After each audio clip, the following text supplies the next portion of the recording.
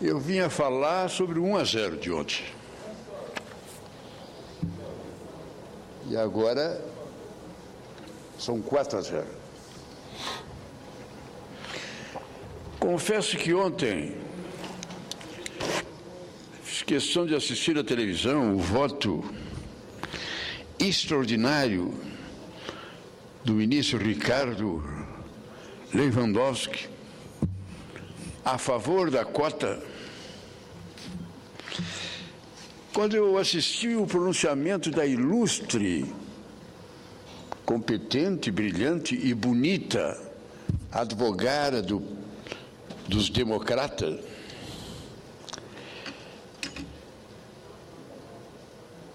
a doutora Roberta Kaufmann, quando ela disse: se você não tem um critério objetivo para decidir quem é negro, quem é pardo, quem é moreno, as cotas podem ser as mais desastrosas. Ela falando isso e olhando para ela, loira de olhos azuis, eu disse: pelo menos Vossa Excelência se sabe que não é negra e que não é parda. Bela decisão do ministro. E bonita a conclusão do presidente do Supremo, que se vê que estava emocionado com o voto do ministro. Grande decisão. É uma triste realidade. Se nós formos verificar as cotas de negro e pardo nas cadeias, é 90%. Qual é a cota de branco nas cadeias, principalmente nas mais humildes, lá na cadeia da penitenciária de Porto Alegre, que é uma vergonha internacional? É negro e pardo. Se nós vamos numa favela, qual é a cota dos que moram na favela? Dos que andam de pé descalço? Dos que passam fome? É negro e é pardo. Grande decisão do Congresso Nacional, votando a determinação de uma cota especial nas universidades para os negros e para os pardos. Grande decisão da Universidade de Brasília, justificando o pioneirismo da sua criação, sendo a primeira universidade do Brasil criando a cota para os negros e para os pardos.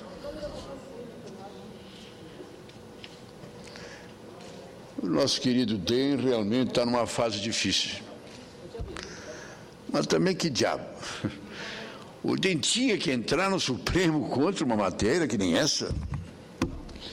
Mas aonde que o DEM foi buscar conteúdo ético, moral, jurídico, para entrar no Supremo dizendo que a decisão do Supremo era inconstitucional?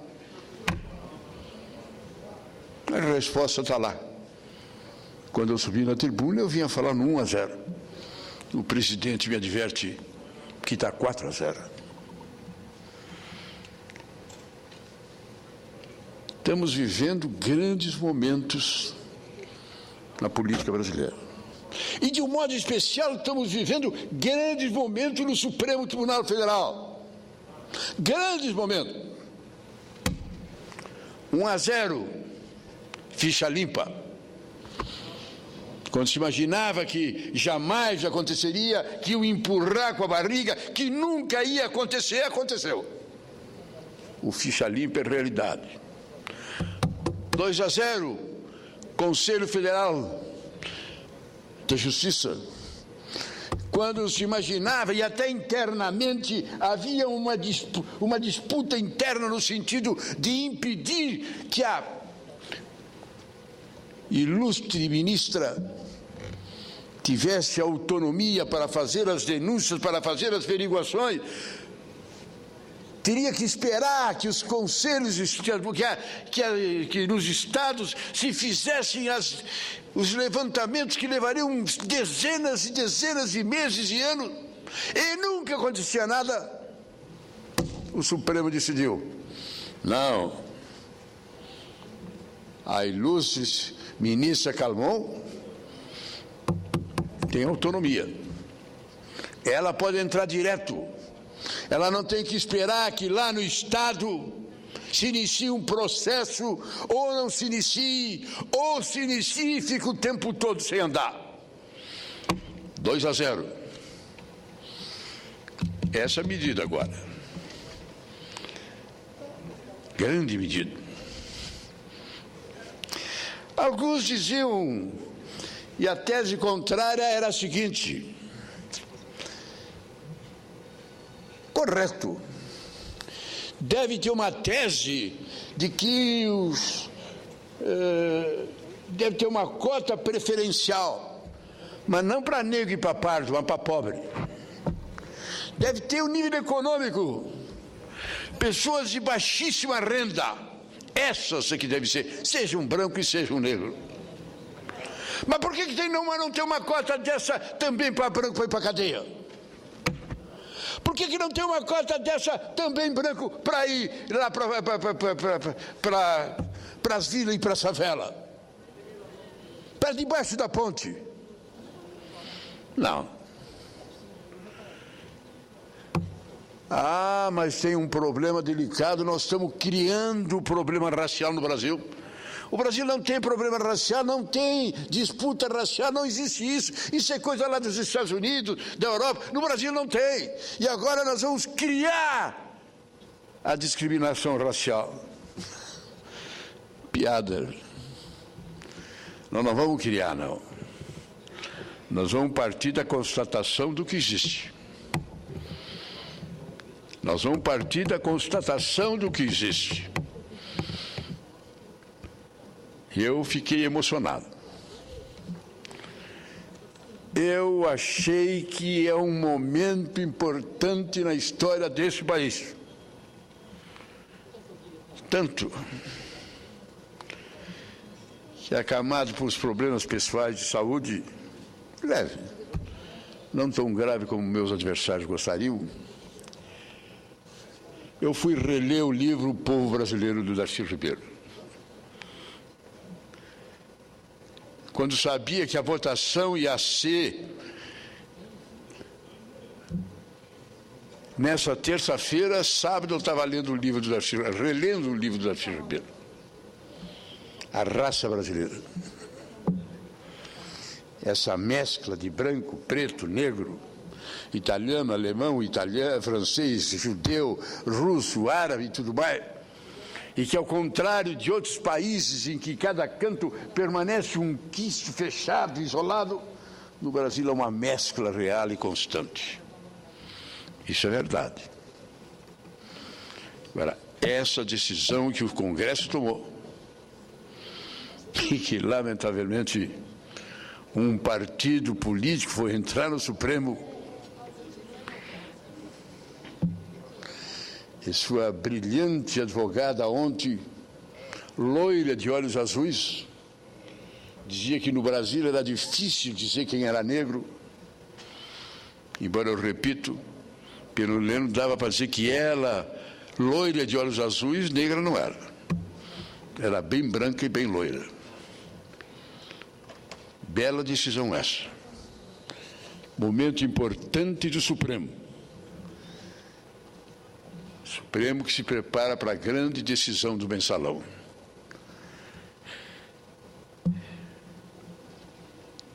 Um outro assunto muito rápido, senhor presidente.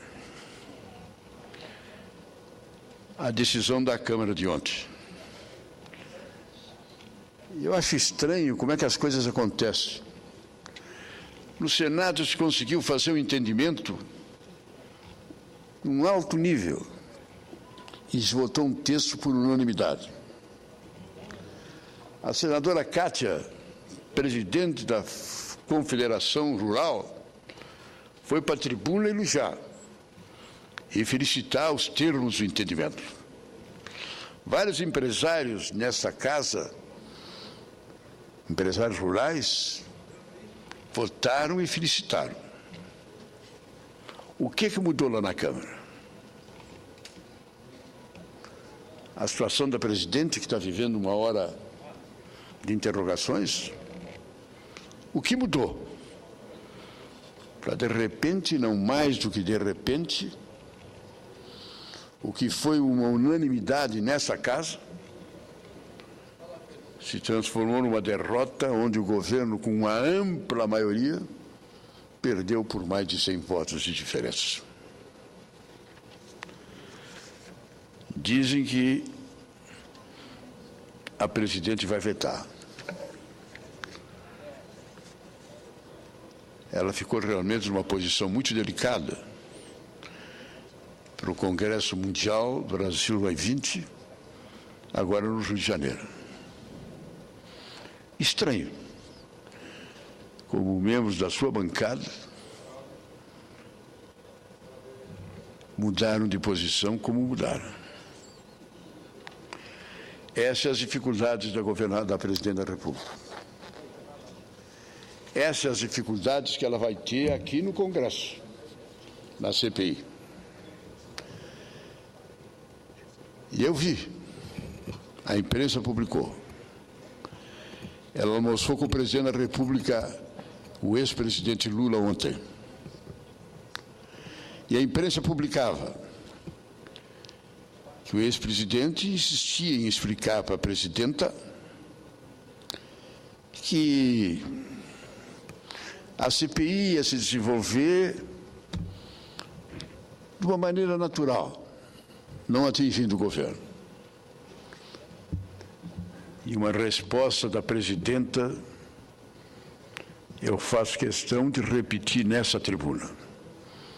Ela teria dito: eu apenas digo, quem aparecer nas gravações com fato negativo, eu demito do governo.